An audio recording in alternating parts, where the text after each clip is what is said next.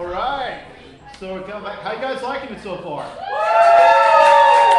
Good. We're going to get started on the second half here.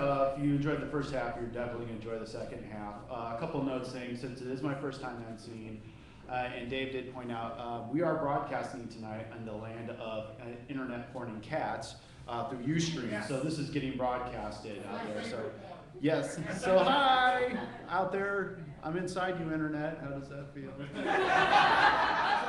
Cold and lonely. Call me. Anyway, speaking of internet, oh, by the way, I also want to tell you, we did a count, and so far in the picture, we have raised $90 for the MS Society. Thank you guys. That means a lot to us. Like I said, the reason we're up here is because, A, we like performing. We're all kind of narcissists, and you know. Cheaper than therapy. It's very cheaper than therapy, and we also like supporting a good cause. And speaking of internet, our next performer has her own blog post called Hurricane Ephemery. You can follow it. She's going to be sharing some pieces with it. So I bring you to the stage now, Ephemery.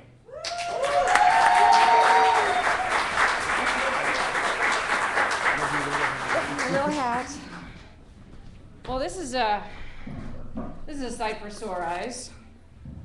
I have taken a sort of hiatus most of the year for one or more reasons, but generally I play the woman behind the curtain, and I'm sorry to let you all know that you will not be seeing my junk tonight. Sorry. I know. That costs extra. Free show, so, but we'll talk later. When you do pay her, put it in the picture. Cock blocking, will ya? Really? Beer through the nose. 1 point. This segues in nicely. Most of you who have known me for any amount of time realize that I have a big mouth, occasionally big hair, big personality, and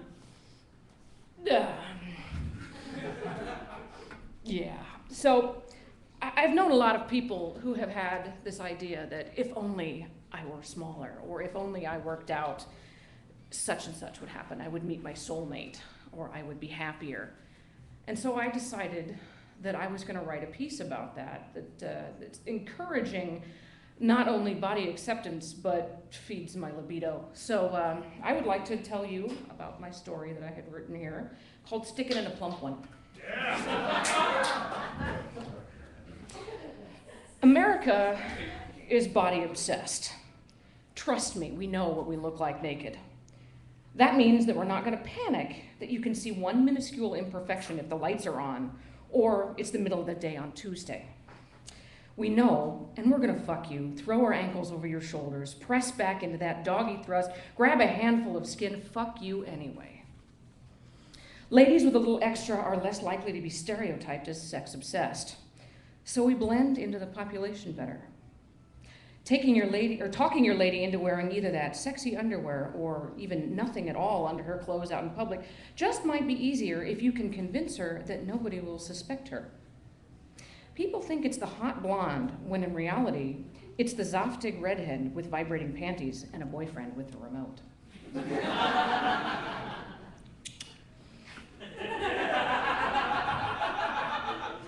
Ladies of size have something to grab onto.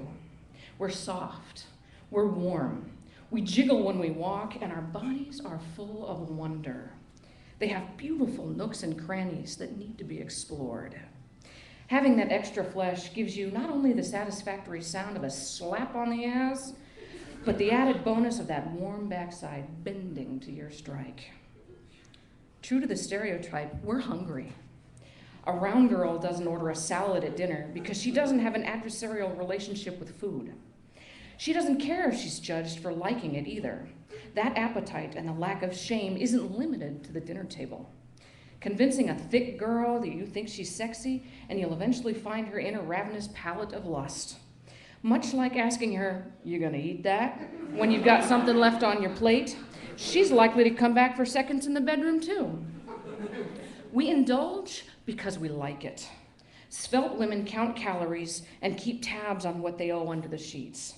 The voluptuous women of the voluptuous women of the world indulge because they want to, and nothing tells them that they can't.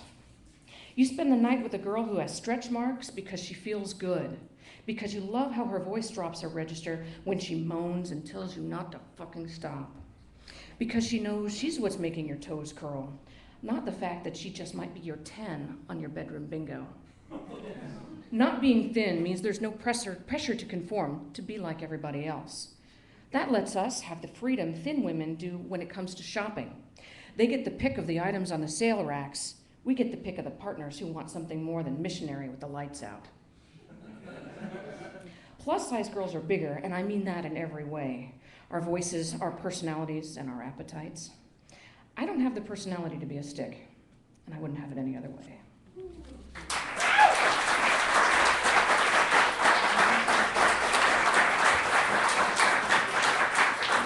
The funniest part about this next piece is that I always seem to have something in common with whatever Chris Wigg performs. We actually knew each other in high school, and we gamed together and have quite a few stories that we could share about some of the, gamer funk. One individual in particular, but this is different. The particular title of this is, Do I Look Like a Goat?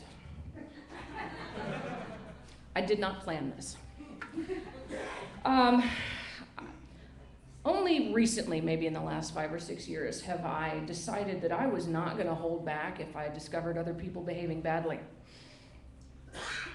It's kind of a hobby, but I don't start it. That lets me drop Thor's hammer, which I did in this particular instance, and I hope you will appreciate it. Some of you know that I met Adrian through a strange combination of online and offline dating. He creepily saw me from across the room at an event, and then the next day sent me a message on OkCupid, because he'd been creepily looking at me on there first. But I was out of his league. 2 years later, I don't know, he's part of the League of Extraordinary Gentlemen, I suppose, but this exchange happened between myself and another gentleman, I use that term loosely, recently. I am a moderator on the site, which means that I can log in and look at dick pics and schadenfreude all day long if I want to, and I love it. The schadenfreude, really. I also say very clearly that I'm involved with someone and I'm not looking for anything on the side, but I do like to talk to people, and I stay on a dating site because I'm a masochist.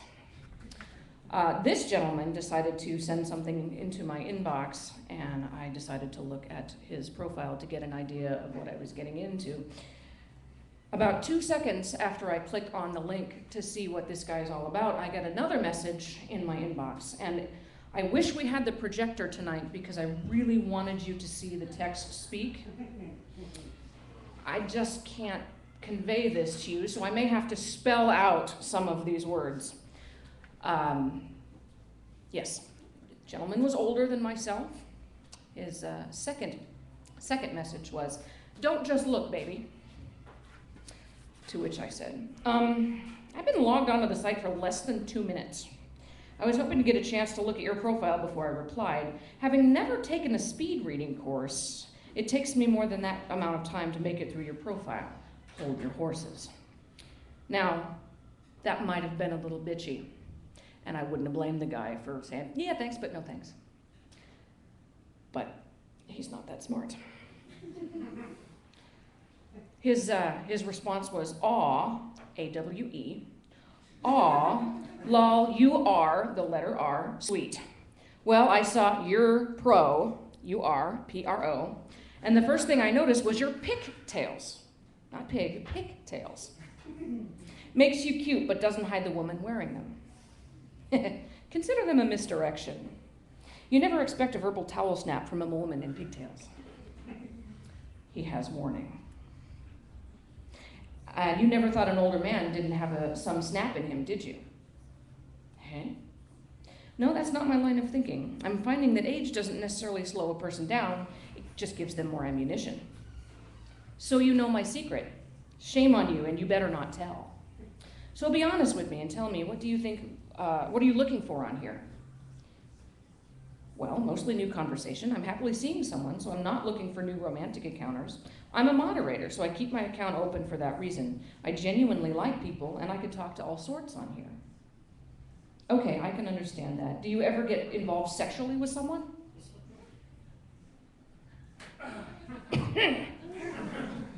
If you're talking if I swing, or if I'm into a little something on the side, no, I'm not.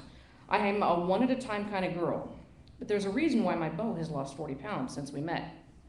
I'll give you a hint. He didn't join a gym. So you, the letter U, satisfied sexually? No, period, no, question mark, nothing. To which I respond, very. No one is ever truly sexual or satisfied. God, I would grab your tails and ride you hard. Did you miss the part in one of my last messages that said I was a moderator? I appreciate your enthusiasm, but I'm not interested. Okay, bye. Unless you can hook me up. I'm generally not in the business of being an internet madam. Good luck in your search. That wasn't rude, right? Next response, bye, bitch. As David would say, 3, 2, 1.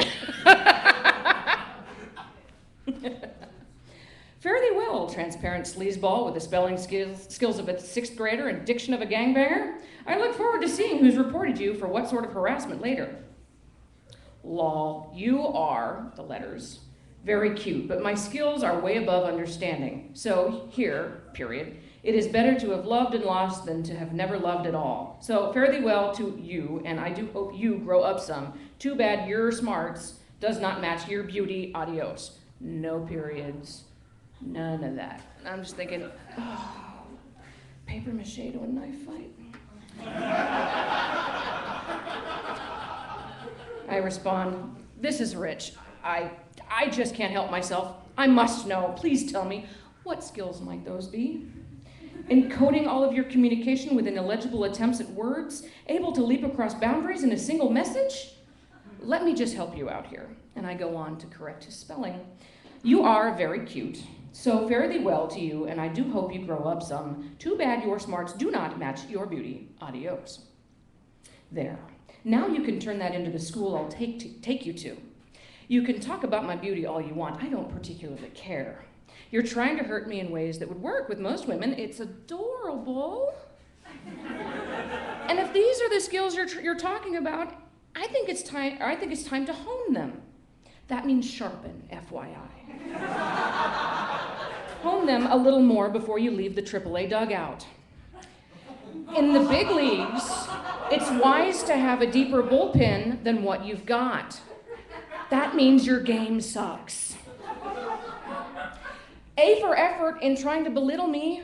Really, you wanted to go for the jugular, and that works for people who don't really know who they are. Thing is, I know what I'm worth. I also know that you've changed from an annoyance to a sort of cat toy. I've reported your behavior. It's uncouth. I'll let you look that one up alone. I think I shall also block you. Best of luck trolling the Section 8 housing for women you can impress with your skills.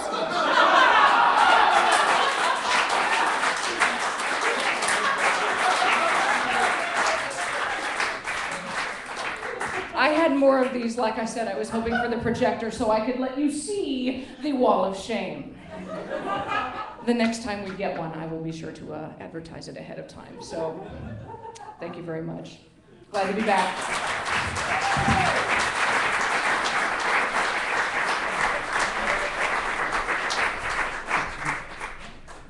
After that said, all I want to do is like read a thesaurus and get my girlfriend a cheesecake. She passes. Yeah, she does. She does. All right, this next performer, I actually saw him perform at the Hideout the last time we performed there for the first time, and man, he was just hilarious. He brought the house down. I'm really looking forward to seeing him perform again. He also gave me, this sounds so horrible, he also gave me some materials to use in bed. You might bring that up. So I bring to the stage now Pete Sakaris.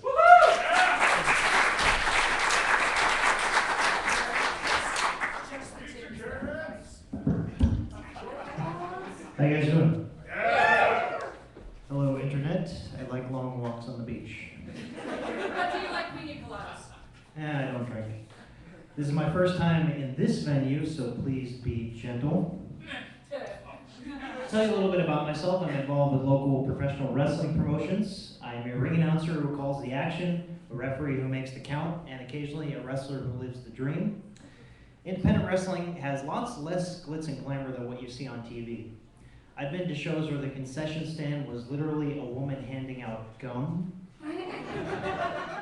I've been to shows where the booming sound system was a microphone held up to a boombox.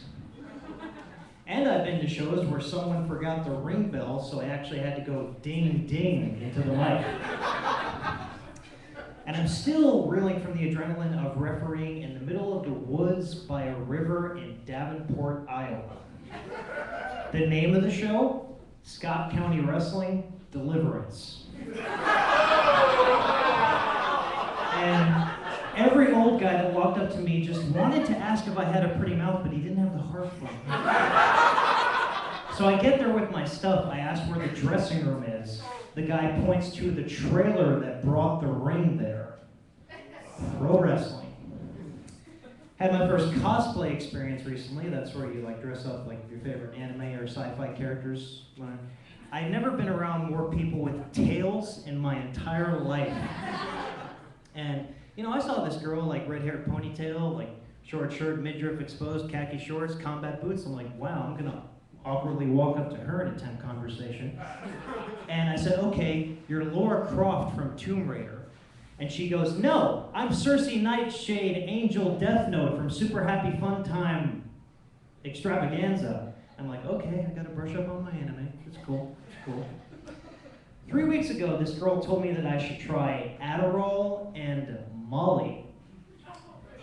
Well, my ADD is getting pretty out of control, and I'm always up to meeting girls.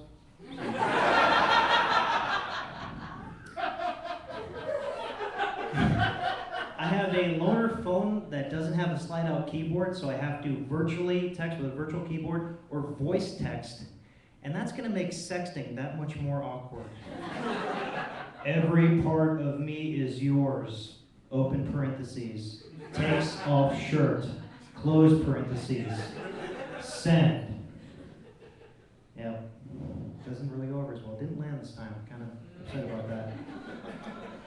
I love the coworkers at my new job. Well, it's a new department, but I'm still with the same company. Like, they give me a hard time, like, oh, girl, you tortured him, girl, he's a new kid. Almost break that white boy in half.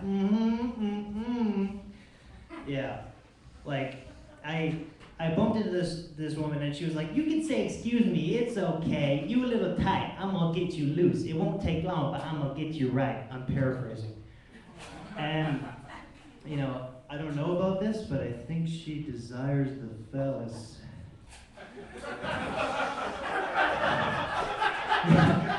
I don't know. It just, probably won't work out anyway, because I'm like Milton from Office Space, so I probably don't have as much swagger as I used to. I'm getting back to the relationship thing though. Like, I have this propensity to date crazy chicks. I don't know what it is. Like, I want a girl that's just a little bit crazy, not feeds Oreos to her 12 cats crazy.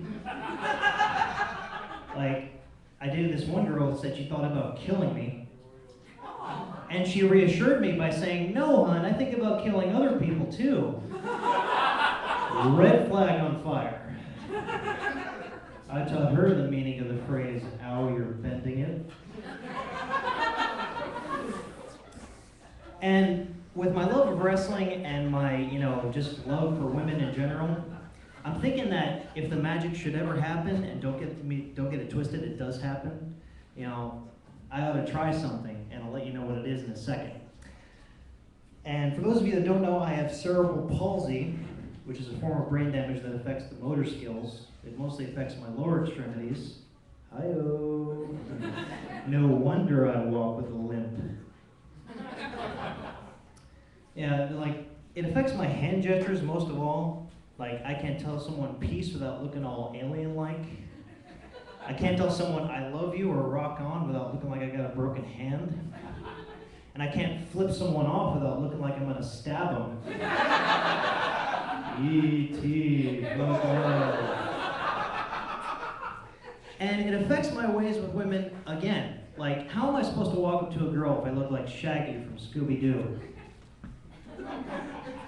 And I got limited floor space, so that doesn't go over as well here. I'm sorry. I'm sorry, I forgot your name. I met you once before. Barry, yes, sorry about that. How much time do I have? 2 minutes. Okay. I recently, well, not recently, I guess recently would be the word because it was like 6 years ago. We had a Wii bowling tournament at college when I was in college, and I provided the console, and my friend Portia goes up to me and says, "Pardon me, good sir, but how did you come to procure this console that we will be enjoying in this tournament, providing entertainment?" What she actually said was, "How much your wee cost?" And I said, "Oh, you know, $150, $250. It's a little extra if you want to play with it." And going back to spicing it up in the bedroom and my love of wrestling, I've decided that if I need some extra passion in the bedroom, and don't get me wrong, I do need it on occasion, I said I should probably just talk like the Ultimate Warrior.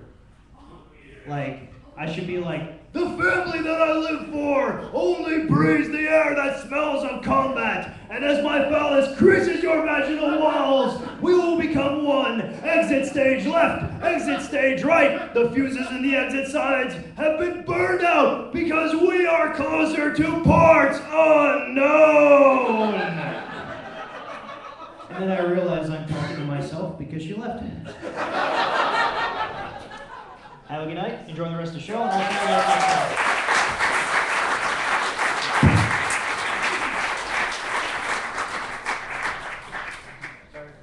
Oh, that's okay. Don't worry, most people forget my name, so. He's also the reason why I put a ring bell in my bedroom, so. This next performer that's coming up, I actually had the pleasure of working with him, and he's on my crew at work. And I always noticed that he carried a notebook with him everywhere he went. And I was like, wow, this guy's really studious about the job. He must be retarded. But I come to find out that he was actually writing stuff on it. And I've been around the Omaha scene for a while, and I've seen people who are like, oh, I'm a musician, and oh, I'm an artist, and oh, I'm a writer, and they're just shitty at it. They really are. All they're trying to do is just like pick up women for Wu-Tang, all right? I mean, that's really the truth. But Aaron, one time, actually gave me one of his pieces, and I read it, and I was like, wow, this is really good. And then I asked him, I said, hey, man, you should come out to the Samurai Group and perform. And Aaron DeMombrin, he's coming up next, and he performed, and oh my God, I was like, oh my, wow, this guy's good, he's talented. And then it really struck me, I'm like, oh shit, I'm on after him. Oh, this sucks. Ah, crap. But he's in the midst of publishing his first book.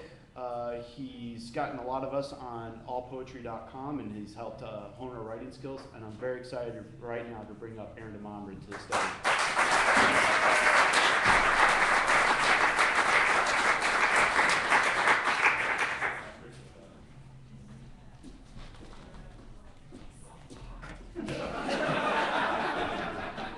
Wait until tomorrow. So the part about the notebook is actually true. I was writing down everything from work because I don't know what the hell I'm doing. So. Yeah. Been there. Hey, like the gas mask name tags? That's right. That was me. For those of you who don't know, we had issues at work, and now we all have name tags on our gas masks, so that way people don't lose them and have the right sizes. That's right. So first off, everybody, thanks for coming out tonight. Seriously, we're here to support MS Society, our local charity. It's absolutely amazing for you guys to show up. I think this is the largest crowd that we've had since I've been doing this earlier this year. And it's huge, and for everybody that's watching online, thank you. Like Barry said, I'm getting ready to publish a book coming out this next month. It's called Stitch Memories Within My Fedora. The company that's going to be doing it is run by Allison and Alan, two very amazing people who are actually currently watching. They're part of a publishing company called Shoestring Book Publishing.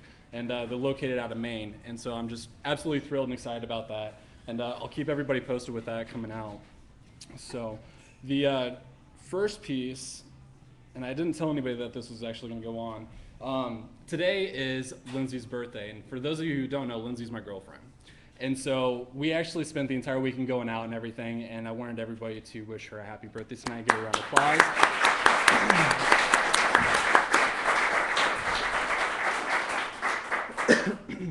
So a lot of the poetry that I write that's going to be in the book, some of the pieces that I'm performing tonight, it's an explanation of a journey through my life, through the different things that have happened from living in Japan, moving across the entire United States, living in Hawaii, just being all over the world.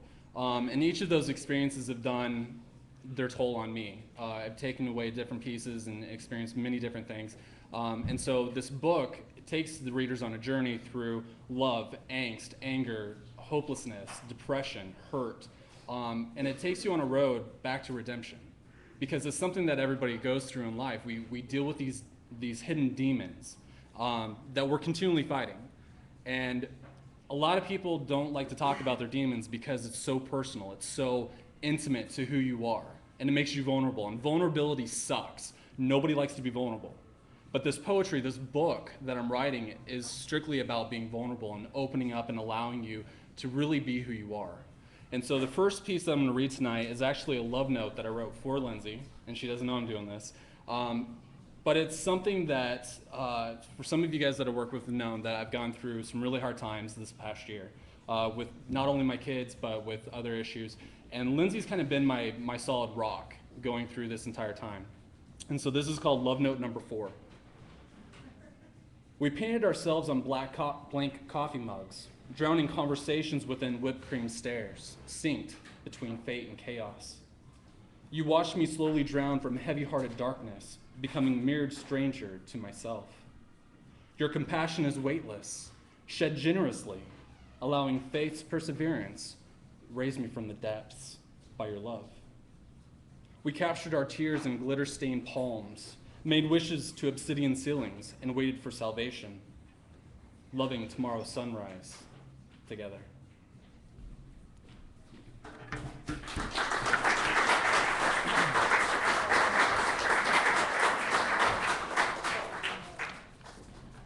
Happy birthday. So did I. That's kind of creepy. Shut up. All right, so this next piece I performed a few times, and it's the style to a beatnik slash, what the hell is this? Here. Oh, what is that? It's bothering me. You gave me your bits. I did. Well, you know, I try. How many people today are really tired of society? About how shit's going on in the world, how people just don't care the way that America's degrading. It's absolutely unreal.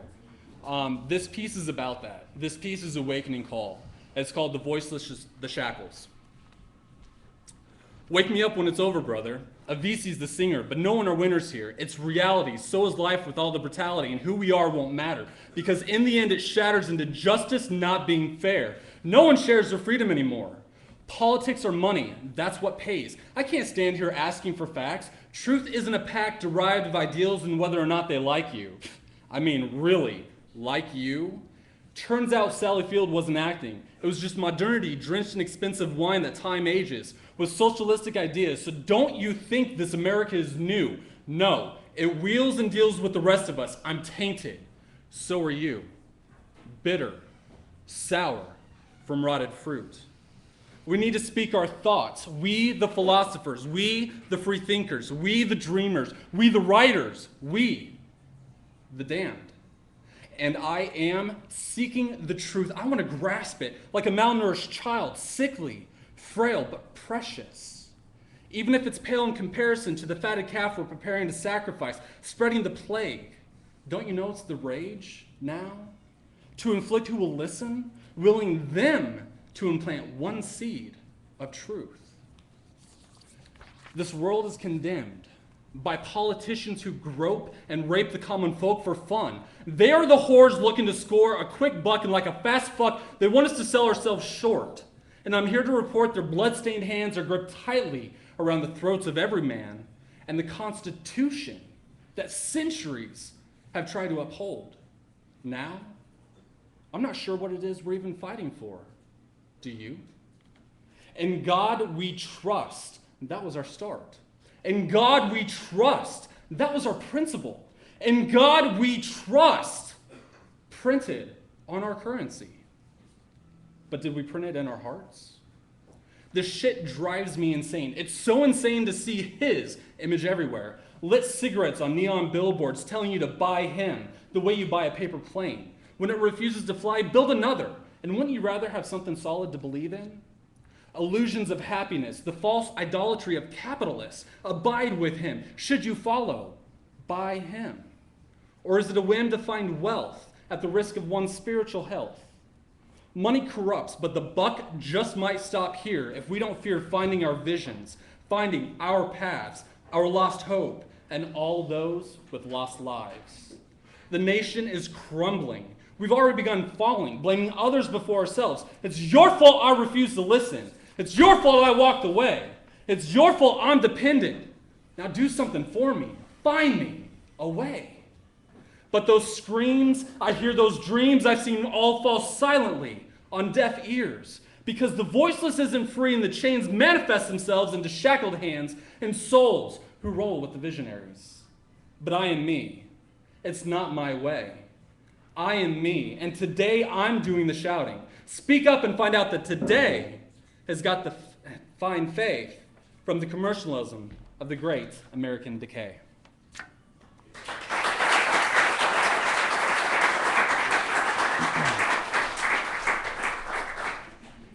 So this next piece is called Pig Latin, and sometimes, as you already could tell from Efimly, when you say something directly, people just don't understand it. So maybe if you talk in metaphor, maybe people actually understand what you're saying.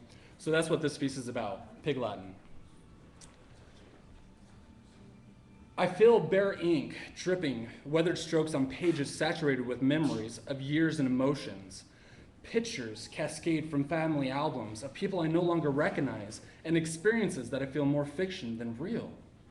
I often wonder, how long have I been dreaming and whether or not I will ever wake up? A drug-induced coma that shifts between nightmares and demons, but without the principality of a goodnight kiss or gentle reminder that they're not real and you can't be hurt. I can feel the pain from their bites. They're very real.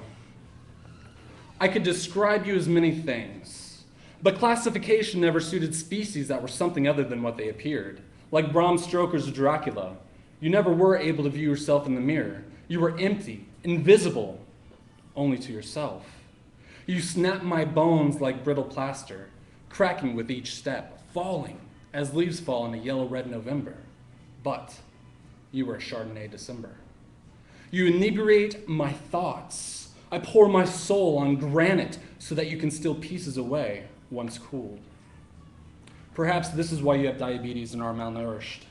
Feeding off innocence of the less fortunate, like wasps that lay eggs inside their victims. They may be pinstriped wonders, but they're still bad for you, regardless of the chocolate ganache. Who am I to judge? I'm just as guilty, right? I'm not the end all like the Godfather, though if I were, it'd be your head instead of the horse.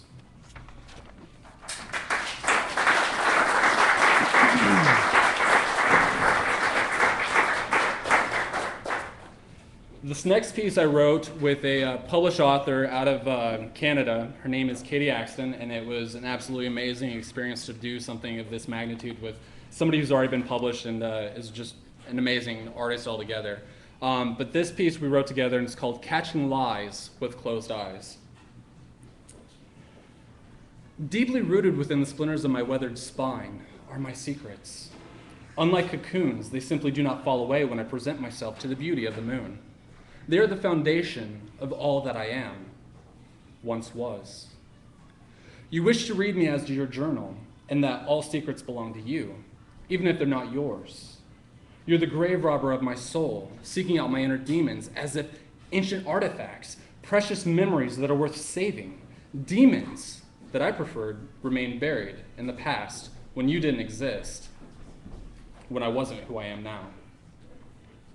Even when I choose to climb the treacherous mountain, I do not look down at how far I've walked or which directions my steps took me. There is no use in digging my heels into the memory, so I collect the dust from my shoes and place them on transparent paper. This isn't even a secret.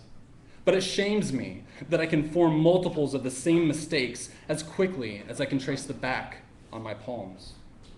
I know you're curious, discussing Schrodinger and falling in love between cardboard creases of an unknown future.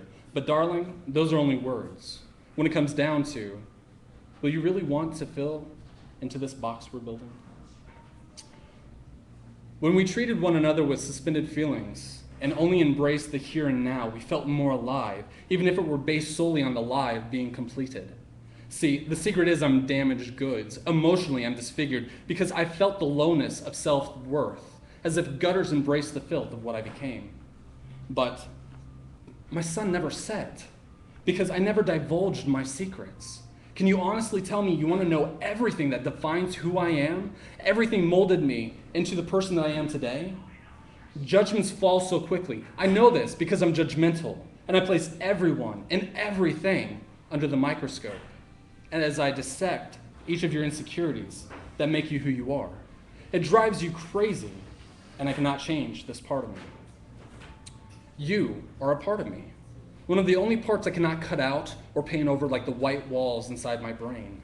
And this is my secret. I take a little bit of everyone I meet and keep it tucked inside the pockets of all my jeans.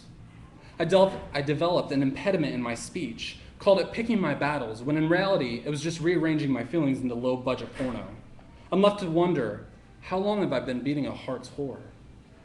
Above all else, I just want my skin to be a book with blank pages, not scarred like I have a history, not scarred like I ever stepped off my pedestal and let unworthy hands mark territory down my spine or across exposed folds. This is my secret.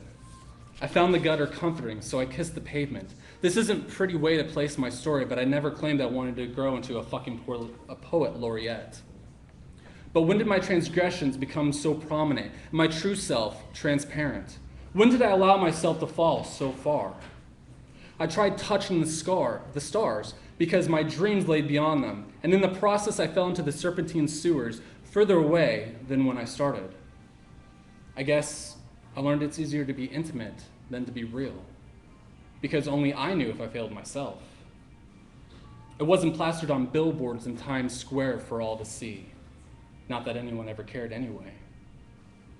We held coffee cups hostage, our lips a loaded gun. When I asked you what is your secret, you laughed, nervously turned to the window and said, I'm empty. Like depletion was ever a valid reason to avoid questions. We cascaded into conversation neither of us needed to think. We recycled, how's your mother? Repeat, how about them Bulls? No, I don't want to do this anymore. I reached over the table, placing my finger to your temple. I know your intentions. Don't look away. I will trap you inside my hands. Please, don't make me come both barrels blazing. Your beautiful face. You're too pretty to go down in flames. I breathe heavy. Cock it. Feel my fingerprints embedding, informing still callous. Pull the trigger, you whisper. But I couldn't follow through. You were just as empty as I was. I knew full and well what needed to happen next. I stared at you and pointed steel to my temple and drew the hammer back. We'll go together. It's logical. Tears beaded like sweat on skin in mid-July. Only time waits for the beautiful reds and blues to cover a soon-painted masterpiece of glass. You told me you didn't want to be a secret anymore. Would rather know what it feels like to be exposed, even if it meant sleepless nights and bruised knuckles, but you didn't know how to fight.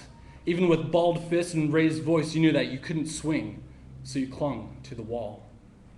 Please don't cry. I said it'll be over soon.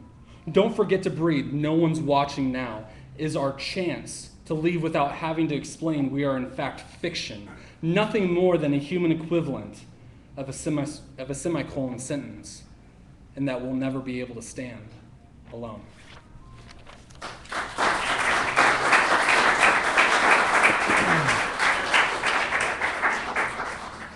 Yeah. Huh? That's fine. We can call it right there. That's good with me. All right. Everybody, thanks again. Don't forget to donate to the MS Society, everybody.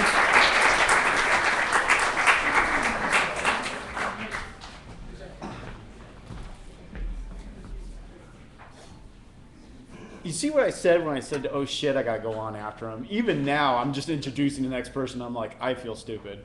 You know what I mean? It's just like, wow.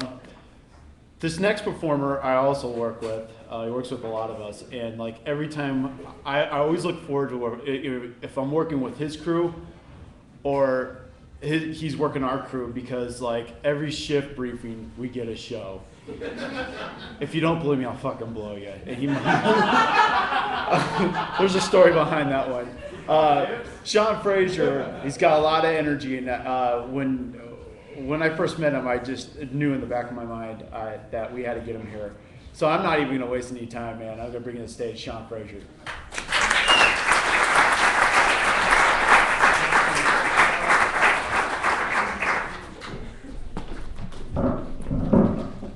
I love you. You want fuck? Well, I'm gonna move all this because that's gonna be in the way. Goodbye. I don't even know how to read. Once again, we're raising money at MS. Everyone should donate, especially the OPPD guys, because with all the damn overtime we've been working, I know you got plenty of money. But it's good. Those paychecks are good. Getting the money, right? You like go shopping after that money. Go to the grocery store. You walk in like a baller, just kicking the door. Right? And you just buy shit that you know you're not even going to use all of it, right? You're by the meat department. What's that? Fillets? $20? I'll take 13. Wrap them up. Put them in a buck cart. What's that? No, I don't even have a grill. It doesn't matter. Just, I'll take them. I don't care. You're walking down the frozen food. You see ice cream. What's that? Haagen-Dazs? $7 a gallon? Put it in the cart, babe. Yeah, I know you're lactose intolerant. We'll figure it out. Somebody will eat it. Doesn't matter. Right? And you end up buying shit that you're not even going to use, right? You go to the register. Sir, would you like any stamps? We sell books of stamps. Stamps? Oh, I don't need a book of stamps. I need a roll of stamps. 2 rolls of stamps. You need stamps? Get this guy stamps too. He needs some stamps. Am I going to use them? No, I pay all my bills online. No. I'm just buying my children 45-cent stickers and just fucking put everywhere. I don't care. It doesn't matter, right? But then when you're broke, it's completely different, and everyone's been there. Like, you look in the cupboard, you're like, oh, fuck, oh, shit. And then you look in your wallet, you're like, oh, here we go. So you go to the store.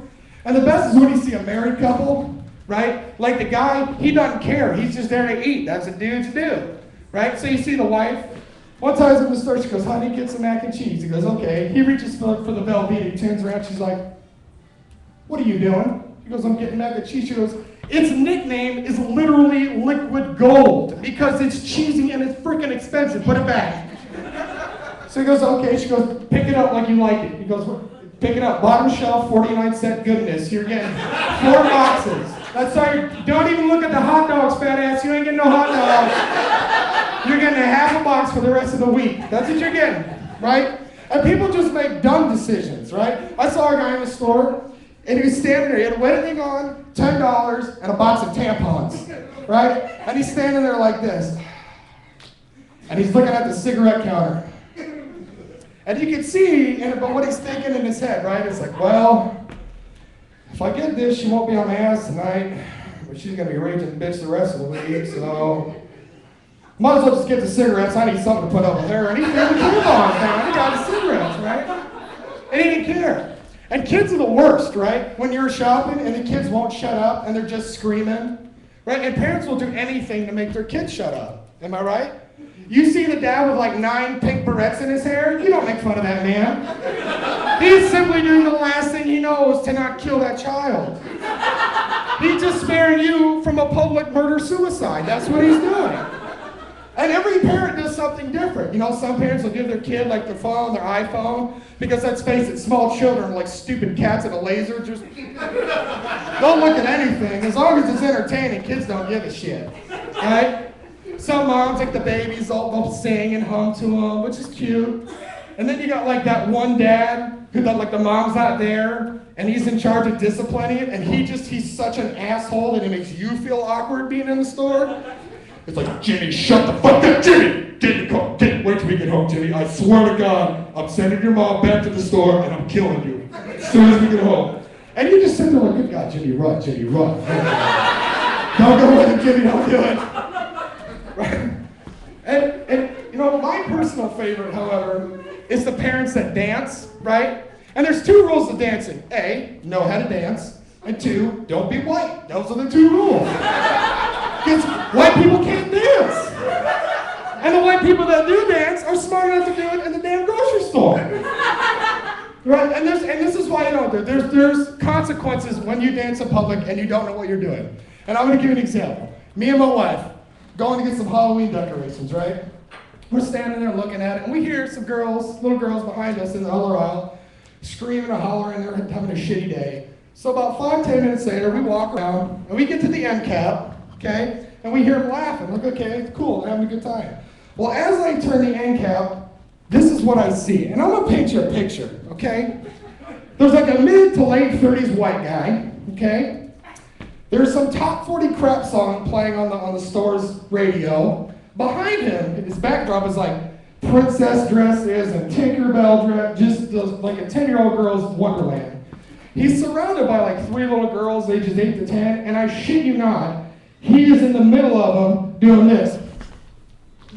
Just humping his ass off, right? And these poor little girls, they don't know any better, right? Because they're little, so you gotta like with that. And it's like, and I'm sitting there like, oh my God, what is this? I'm hoping this is like some To Catch a Predator shit. And like Chris Hansen's gonna pop up, like, did you know you tried to fuck a 10-year-old girl? Like, oh shit, sorry Chris. Or like some like hidden camera show, you know? Where they're like, what would you do in this situation? Fuck, I'd laugh at it, doesn't matter. But the cameras never came, folks. It was real, and I was nervous, is what it was. So instead of just playing or trying to play it off, you know, but just like getting the shit and getting the hell out, he tries to play it off like he knew I was there, like he knew that I saw him fucking R. Kelly all of these little small girls, you know? So instead of trying to like walk out, hey man, he didn't pee though, I made sure he didn't pee on it. So instead of just walking out, right, he tries to like shuffle, like do this like, yeah, I fucking knew you there, right? But he never stopped gyrating. So he looked like a crab on ecstasy all the way up. And he just got lost in like a gyrate shuffle deal all the way out the store. And I'm sitting like, shit, I hope Chris is out there. This motherfucker's gonna hurt somebody. Right? But that's not my problem. My problem shopping generally isn't other shoppers. It's the weird ass people that are in the store that work there. Okay? My wife and I bought a house about 2 years ago. And anybody that bought a house, you know, you always gotta fix shit on it all the time. So we bought it, and we go to the store, it's like a 3rd time that day, and when I always walk in, I always find the one lady's like, hi sir, welcome to Lowe's, how can I help you? Right, and I never take the help, okay, and I'm gonna give you all a tip, and you're free to use it. When you go to the store and you can't find shit, you'll walk around all day until you find it, right? This is what I do. I go around, I find all the shit that I can find. If I know what it is, I put it in the cart. As I'm going, I make a list of the shit I can't find, because then I go to the register, and what happens when you're at the register? Sir, how you doing today? Fine, how are you? Did you find everything? Nope. No, I didn't. I made you a handy list, too. And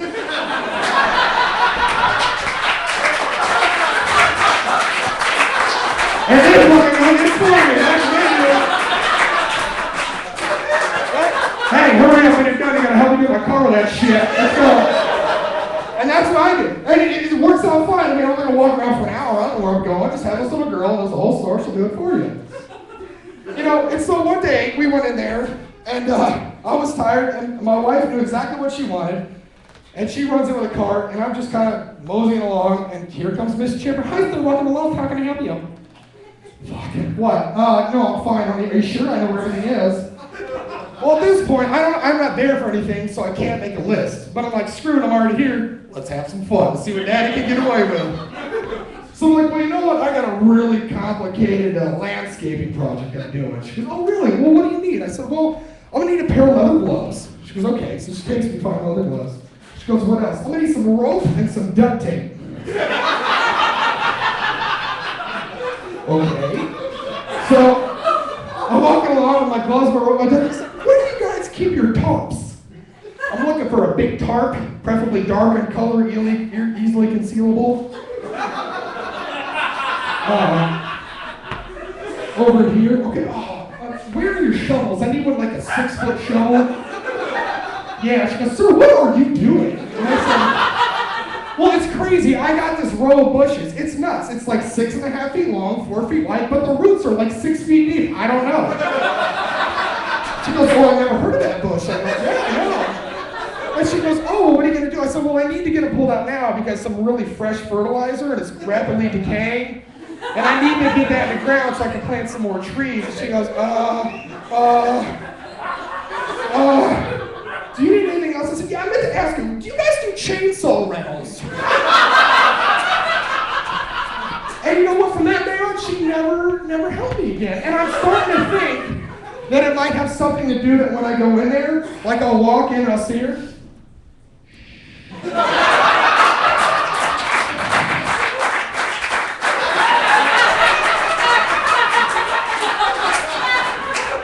You're next. Thanks, guys. Appreciate it.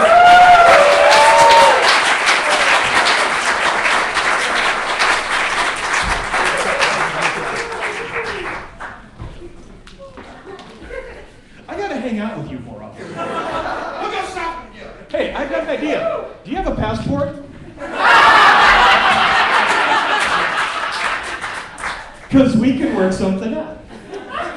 Ladies and gentlemen, thank you so very much for coming out this evening. Thank you so much for your generosity, but as I said, I'm not proud. So if you happen to have a couple of extra bucks left over, the picture is still there. I can't even begin to express my gratitude for the generosity that you've had and for you coming out and enjoying this evening. I really hope that it was a great show for you. And now we're wrapping up for the evening, just as Joe Riss walks in. But as Joe is well aware, and as all the rest of the members of Samurai are well aware, we have a basic show here. But the real show happens at Beercade in about 5 minutes, and we'll see you there. Thank you, good night.